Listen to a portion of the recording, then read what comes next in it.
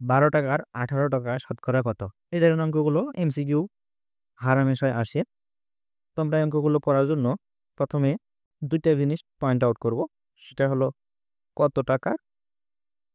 কত টাকার আর কত টাকা। এই ২ টা জিনিস আমরা পয়েন্ট আউট করব। পয়েন্ট আউট করে টাকার যেটা থাকবে সেটা নিচে লিখব।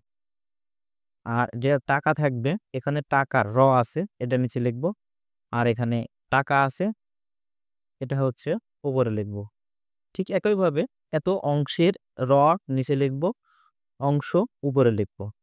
লেখার পর এখানে বলছে শতকরা কত। একে আমরা শতকরা ১০০ দিয়ে গুণ দিয়ে দেব।